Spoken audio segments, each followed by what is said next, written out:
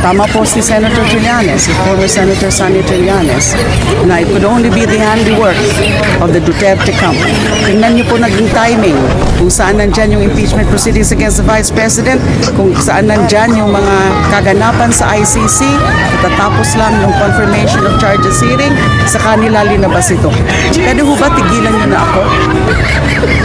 Ginawa niyo na yan dati sa akin, ang paniriran mo sa akin na nag-cause ng aking pagkakulong ng almost 7 years, unjustly detained for trumped-up, politically motivated, fabricated illegal drug trading charges. And now you're doing this again para palabasin na ako ay corrupt na tumatanggap ng ganyan.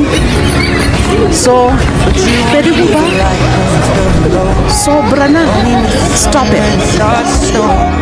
Only know you love her when you let it go.